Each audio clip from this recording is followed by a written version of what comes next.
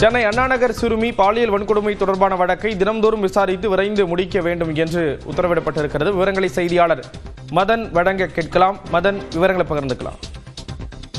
ஸ்ரீராம், சென்னை அண்ணாநகரை சேர்ந்த 10 வயது சிறுமி பாலியல் வன்கொடுமை செய்யப்பட்டது குறித்து புகார் அளிக்க சென்ற அவருடைய பெற்றோரை அண்ணாநகர் அனைத்து மகளிர் போலீசார் தாக்கிய தொடர்பாக சென்னை உயர்நீதிமன்றம் தாமாக முன்வந்து வழக்கை எடுத்து விசாரித்தது.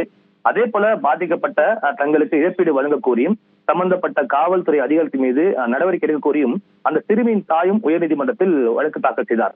இந்த வழக்குகளை விசாரித்த நீதிபதிகள் வேல்முருகன் மற்றும் ஜோதிராமன் அமர்வு சிறுமி பாலியல் வன்கொடுமை தொடர்பான அந்த வழக்கில் அந்த புலன் விசாரணையும் அந்த வழக்கு விசாரணையும் போக்சோ சட்ட விதிகளை பின்பற்றி நடத்தப்படுவதை உறுதி செய்ய வேண்டும் என்று தற்போது உத்தரவு பிறப்பித்துள்ளது.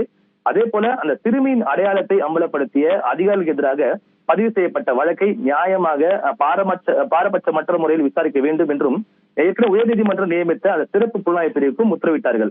சிறுமி பாலியல் வன்கொடுமை தொடர்பான வழக்கை தினந்தோறும் விசாரித்து விரைந்து முடிக்க வேண்டும் என்றும் தற்போது சென்னை போக்சோ சிறப்பு நீதிமன்றத்திற்கும் உயர்நீதிமன்றம் உத்தரவு பிறப்பித்துள்ளது. அதே போல அந்த காவல்துறை அதிகாரிகளுக்கு எதிரான துறை ரீதியான நடவடிக்கையை சுதந்திரமாக மேற்கொண்டு விரைந்து முடிவெடுக்க வேண்டும் என்றும் அரசுக்கு தற்போது உத்தரவிட்ட உயர்நீதிமன்றம் அந்த பாதிக்கப்பட்ட சிறுமிக்கும் அவருடைய குடும்பத்தினருக்கும் தகுந்த பாதுகாப்பை வழங்க வேண்டும் என்றும் தற்போது உத்தரவு பிறப்பித்துள்ளார்கள். ஸ்ரீராம், விவரங்களை வழங்கியதற்கு நன்றி மதன்.